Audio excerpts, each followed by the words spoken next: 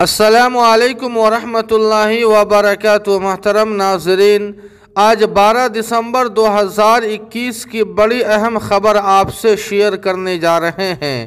جی ہاں ناظرین، آپ کو بتلا دیں کہ سعودی عرب میں تبلیغی جماعت پر پابندی عائد کرنے کے سلسلے میں دارالعلوم دیوبند نے ایک بڑا بیان جاری کیا ہے، جو ہم آپ کی خدمت میں پیش کرنے جا رہے ہیں۔ دارالعلوم دیوبند کے محتمم و شیخ الحدیث مفتی ابوالقاسم نعمانی صاحب نے مملکت سعودی عربیہ کے ذریعے تبلیغی جماعت کے خلاف مہم جوئی پر تشویش کا اظہار کرتے ہوئے کہا کہ حضرت مولانا الیاس علیہ الرحمہ دارالعلوم دیوبند کے صدر المدرسین شیخ الہند حضرت مولانا محمود حسن صاحب کے تلامذہ میں سے تھے۔ انہوں نے ہی تبلیغی جماعت قائم کی تھی، جس کے تحت اکابرین کی مخلصانہ جدوجہد اور دینی و عملی اعتبار سے مفید رہی ہے۔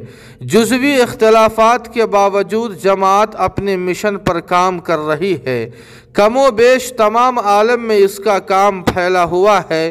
اس سے وابستہ افراد اور جماعت کے مجموعی مزاج پر شرک و بدعت اور دہشت گردی کا الزام بے معنی اور بے بنیاد ہے۔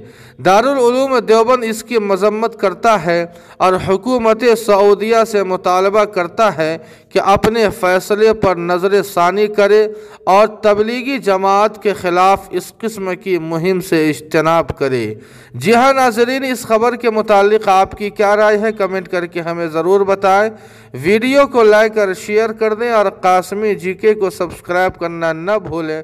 والسلام علیکم ورحمۃ اللہ۔